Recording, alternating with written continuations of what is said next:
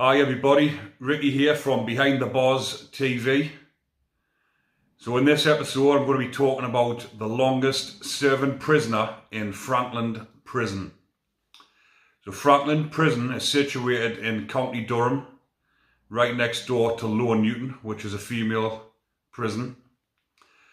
And Frankland Prison is a high security prison, one of the 5 dispersals in this country.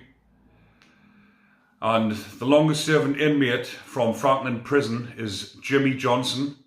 He served 36 years behind the walls of Frankland without ever being released.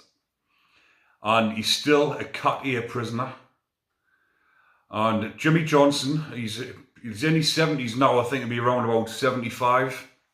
And I'll just tell you a little bit about Jimmy. He's serving a 30-year minimum term for murder. But this is his second murder. But Jimmy is an ex-squaddy.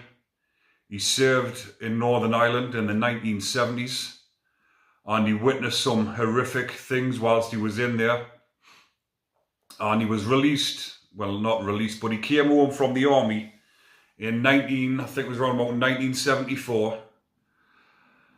And he couldn't get used to civvy life. He was suffering from what he'd seen from back in Northern Ireland.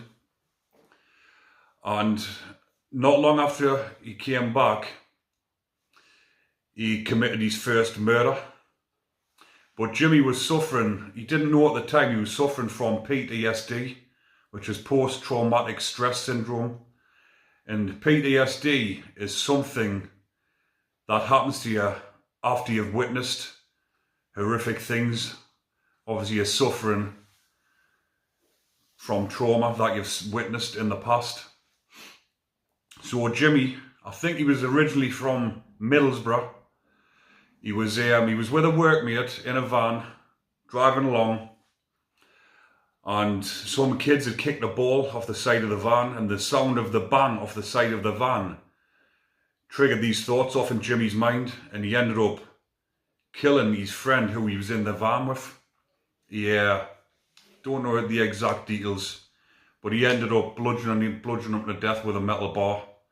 I think it was a metal bar, if I remember rightly. And Jimmy served 9 years for that. And while he was out for about 18 months, and he committed another murder. And I think this was he was working on a house or something similar. I don't know the exact facts, I just remember bits and bobs from whilst I was in Frankland when I was talking with Jimmy and the lads on the wing. So his second murder, he ended up killing somebody else, and he got a 30-year minimum term for that murder. And he was sent to Frankland, and he's been there ever since. But anybody that's ever been to Frankland Prison will know Jimmy. He was there. Jimmy, what type of bloke was Jimmy in prison? He was a well-liked man, Jimmy. Everybody liked Jimmy. He didn't cause aggro for anybody. He got on with his time. Every opportunity Jimmy had, he would be out on the exercise yard, just doing laps, keeping himself fit and active.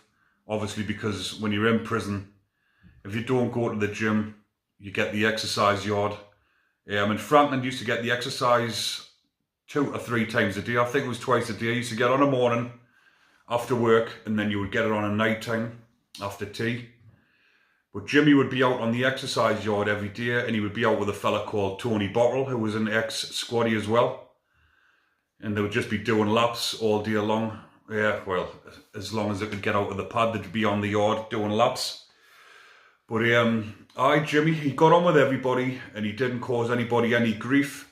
But I think the reason why he's still in Frankland, he's still a Category A prisoner, is because he was quite sort of anti-authority.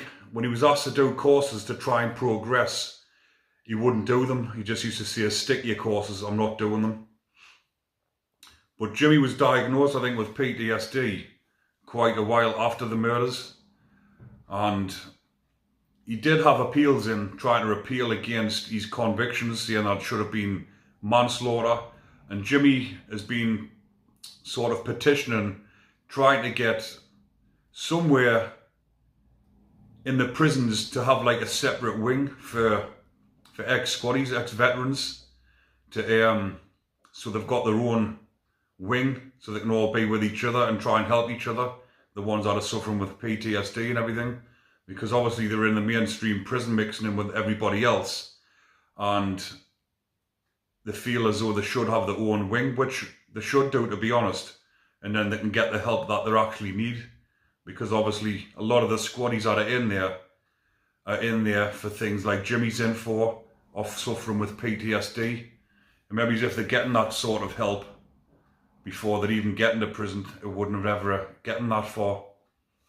But yeah, he's been in Frankland for 36 years, category A behind them walls. I don't think he'll ever get out now, not at his age, when he's not doing any courses or anything like that. He's not going to start doing courses now at his age if he's never done them all the way through. But yeah, like I say, if you go onto Google and have a look, you'll see a couple of articles on him. But he's a well-liked fella, Jimmy.